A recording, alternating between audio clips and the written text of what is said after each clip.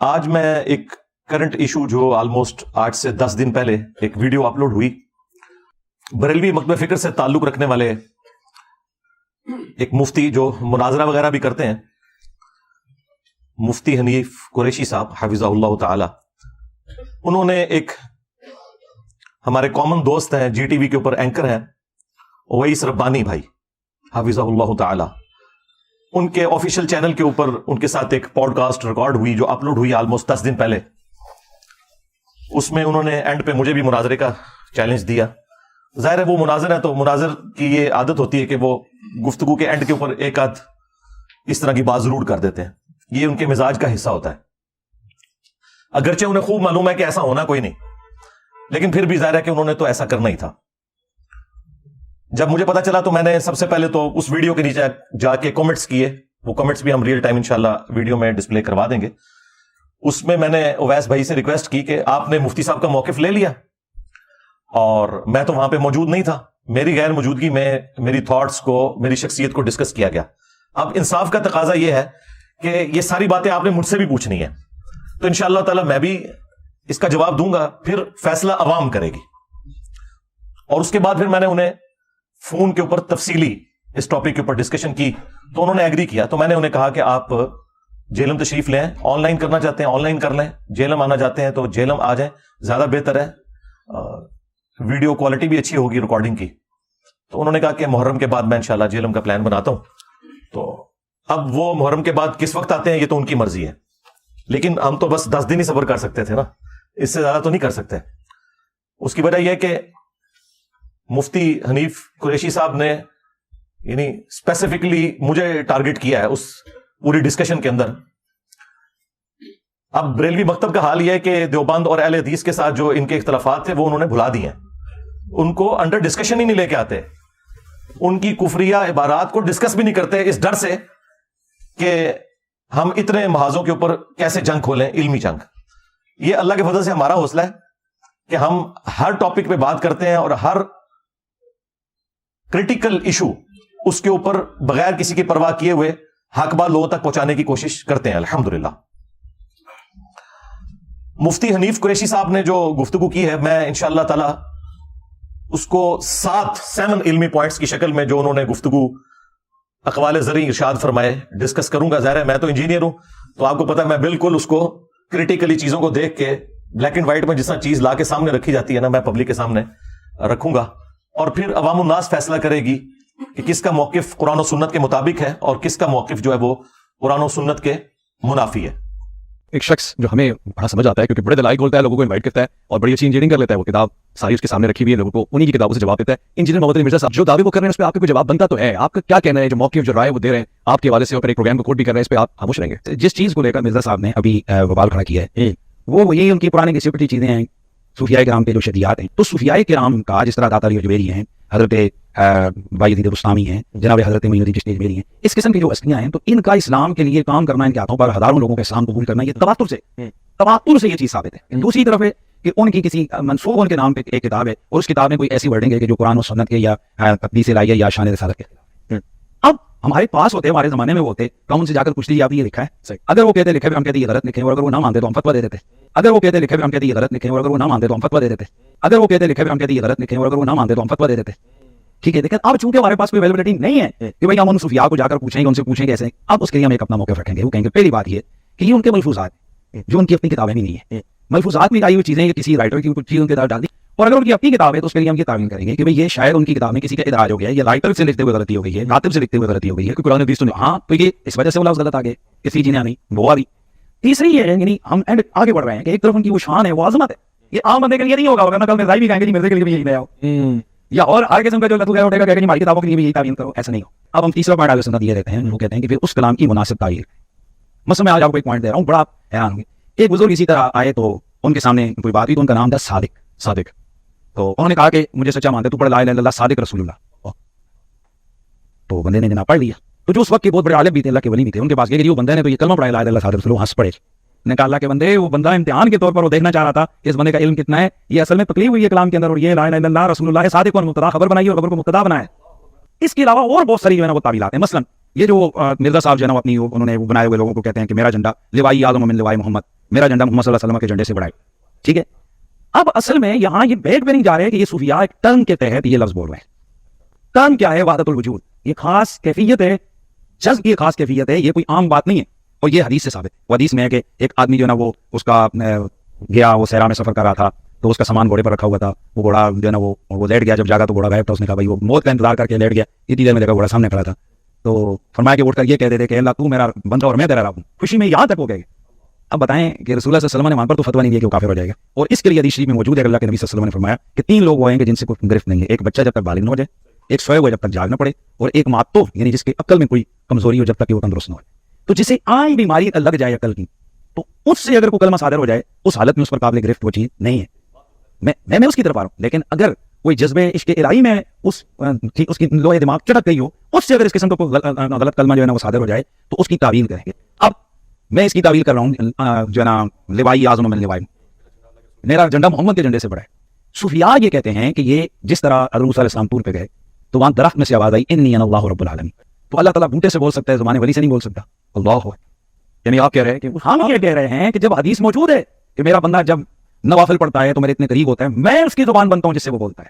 تو اب یہ زبان بایزید کی نہیں تھی, زبان ان کی ایک نام رائی ہو رہا ہے, اور وہ کہہ رہے ہیں میرا جھنڈا محمد کے جھنڈے سے بڑا. یہ تعمیل ہے جس کے پیچھے پورا ایک علم ہے, پورے ایک فن ہے, اور آپ اٹھ کے کھڑے ہو گئے ہیں اور کچھ اسکول اور کالج کے لڑکوں کو آپ جناب گمراہ کری جا رہے ہیں اور قوم کو کافر کافر کافر کہہ رہے ہیں. تو میں اس پہ یہ دعوت دینا چاہتا ہوں کہ مرزا صاحب ہاں کریں, وہ یا تو 1-2 لوگوں کے ساتھ پڑھنی میرے پاس آ جائے صحیح, یا میں 1-2 لوگوں کے ساتھ جیل من کے پاس آ جاؤں. دن اسی دن ہم متعین کر لیں گے کہ ہم مناظرہ کس دن کرتے ہیں. آپ چلیں گے مناظرہ نہ کریں, لفظ مباحثہ کر لیں, مکالمہ کر لیں. ٹھیک ہے, اب آ جائیں, بیٹھ جائیں, آپ سوال کریں, ہم جواب دیں گے, پھر ہم سوال کریں گے, ہم جواب دیں, اور اس میں ہمارا پتا ہوتا ہے چلیں نظامت عام کر لیں اس میں, یعنی تاکہ وہ جو روز رکاوٹ والی بات ہے وہ آپ کر لیں کہ جی ہاں مفتی صاحب آپ اس کا سوال کریے, جواب آپ دے دیں, جی میرے سوال ہے اس سوال کے جواب دیں. ٹھیک ہے, تاکہ جھگڑا نہ ہو, چاہے وہ 2 گھنٹے چل رہے ہیں, 5 گھنٹے چل رہے ہیں, 10 گھنٹے چل رہے ہیں, جو بھی ہے. قوم کے سامنے سارا کچھ جو ہے نا وہ بچہ بچی سامنے نکل آئے گا. قوم کے سامنے سارا کچھ جو ہے نا وہ بچہ بچی سامنے نکل آئے گا. قوم کے سامنے سارا کچھ جو ہے نا وہ بچہ بچی سامنے نکل آئے گا. دیکھ لیں گے, قوم بھی دیکھ لے گی. علمی پوائنٹ نمبر 1, مفتی صاحب نے فرمایا کہ انجینئر صاحب جو ہیں وہ کروڑوں لوگوں کو گستاخ رسول اور ختم نبوت کا منکر اور کافر ڈکلیئر کرتے ہیں, اور علماء کی بے حرمتی کرتے ہیں ان عقائد اور نظریات کی بنیاد کے اوپر. آپ اندازہ کریں وہ بریلوی جنہوں نے باقی تمام مکاتب فکر کے کروڑوں لوگوں کو گستاخی کے نیزے کی نوک پہ لیا ہوا تھا پچھلے 100 سال سے, آئے نہ قابو میرے فرعون. ہاں, اب ان کو اس ہیٹ کا اندازہ ہوگا. جب تک بات دوسروں پہ تھی یہ انجوائے کرتے تھے, آج اپنے پہ بات آئی ہے تو اب یہ کہہ رہے ہیں کہ جی ہمیں گستاخ رسول اور ختم نبوت کا منکر کروڑوں لوگوں کو انجینئر صاحب کافر کہتے ہیں. میں نے آج تک نہ تو کسی کو کافر ڈکلیئر کیا, نہ گستاخ رسول ڈکلیئر کیا, سوائے ان کے جو چشتی رسول اللہ کے قائل ہیں. اگر تم قائل نہیں ہو تو تمہیں فکر ہی نہیں ہونی چاہیے. جو لوگ قائل ہیں یہ ان کے لیے تکلیف والی چیز ہوتی ہے. جب تمہارا دعویٰ ہے کہ ہمارا یہ کلمہ ہی نہیں ہے, ہمارا کلمہ لا الہ الا اللہ محمد رسول اللہ ہے, اور انجینئر صاحب جھوٹا الزام لگا رہے ہیں, پھر کوئی تکلیف نہیں ہونی چاہیے. بس پھر عوام کو یہ بتایا کرو کہ یہ کتابیں ہم نے نہیں چھاپی, ہمارے بزرگوں نے یہ نہیں فرمایا, ہم نے مناظرے نہیں کیے, تاکہ عوام آپ کی شکل, آپ کی پرانی ویڈیوز کی شکل میں آپ کے سامنے رکھے کہ جھوٹ بولنا بند کرو. ہم نے جو جھوٹا دفاع کرتے ہیں نا صرف ان کے اوپر بات کی ہے, بزرگوں کے اوپر بھی بات نہیں کی ہے, ان کتابوں کی عبارتوں کے اوپر بات کی ہے. تو یہ بالکل ان کا جو الزام ہے یہ ردی کی ٹوکری میں پھینکنے والا ہے. اور پھر ان لوگوں کا اپنا حال یہ ہے کہ ان کے اپنے اعلیٰ حضرت نے حسام الحرمین کے اندر جب علماء دیوبند کے اوپر فتویٰ دیا تو انہوں نے نہیں لکھا تھا کہ دیوبند کے علماء کے کفر میں شک کرنے والا بھی کافر ہے. تو کروڑوں دیوبندیوں کو تو انہوں نے ڈائریکٹ کافر نہیں لکھا تھا کیا حسام الحرمین کے اندر, بلکہ لکھا یہ اسلام سے خارج ہیں اور مرتد ہیں. یہ بھی حسام الحرمین میں لکھا. اور احکام شریعت میں جب ان سے پوچھا گیا, یہ فتوے لکھ رہے تھے وہ, یہ نہیں ہے کہ راہ چلتے کسی نے ویڈیو کلپ بنا لیا تھا, وہ غصے کی حالت میں تھے. فتویٰ پوچھا گیا کہ بتائیں کہ یہ جو وہابی ہیں, اور پھر اس بریکٹ کو کھولا, دیوبندی, اہل حدیث, رافضی یعنی اہل تشیع, قادیانی یعنی قادیانی کافروں کو بھی اسی صف میں لا کے کھڑا کیا جہاں باقی فرقے تھے, نیچری یعنی نیچر میں ماننے والے لوگ سر سید احمد خان کے, ان سب کا ذکر کر کے وہ بندہ سوال کرتا ہے کہ ان کے ذبیحے کا کیا حکم ہے. تو وہ اعلیٰ حضرت پھر قول زری ارشاد فرماتے ہیں ان ساروں کو ذکر کر کے, دیوبندی, اہل حدیث, وہابی, قادیانی, نیچری, رافضی وہ کہتے ہیں یہ سب کے سب 1,00,000 دفعہ بھی اللہ کا نام لے کر جانور کو قربان کریں تو ذبیحہ مردار ہی رہے گا، اور یہ سب کے سب مرتد ہے، یعنی واجب القتل ہے۔ شمشیر اعلی حضرت صاحب، تمہارے اعلی حضرت تو اپنے سوا سارے فرقوں کے علماء اور ان کی پبلک کو واجب القتل قرار دیتے ہیں۔ تم لوگوں کی یہ جرت ہے کہ تم آج آ کے ہم سے بھیک مانگ رہے ہو کہ جی ہم پہ بات کیوں کر رہے ہیں؟ اب تمہیں ہیٹ محسوس ہوگی۔ یہ اللہ کی سنت ہے کہ اللہ تعالیٰ نے موسیٰ علیہ السلام کی پرورش دربار فرعون میں کی تھی، اور میری پرورش جو ہے وہ بریلوی خاندان کے اندر کی ہے۔ مجھے پتا ہے ہم یہی کچھ کرتے رہے دوسروں کے ساتھ، اس لیے مجھ سے تو کوئی چیز چھپی ہوئی نہیں ہے۔ تو میں نے پھر بھی کبھی کسی کو کافر نہیں کہا، صرف عبارتوں پہ بات کی ہے، یا جو ان عبارتوں کا جھوٹا دفاع کرتے ہیں۔ عام بریلوی دیوبندی اہل حدیث شیعہ کو کبھی بھی کافر نہیں کہا، ان کے بڑے علماء کو بھی کبھی کافر نہیں کہا۔ اعلی حضرت میرے سوا کوئی اور بولتا ہے ادر دین بریلوی؟ میں ہی بولتا ہوں نا، تو رسپیکٹ کے ساتھ ہی نام لے رہا ہوں نا۔ اور پھر اعلی حضرت کے جو ملفوظات ان کے اپنے بیٹے نے جمع کیے، جو پہلی جلد ہے اس کو تو اعلی حضرت نے خود پڑھا ہوا ہے ملفوظات کی، اور اس کی شان میں ربائی لکھی ہوئی ہے، اور وہ ملفوظات کے اینڈ پہ پرنٹ ہوئی ہوئی ہے۔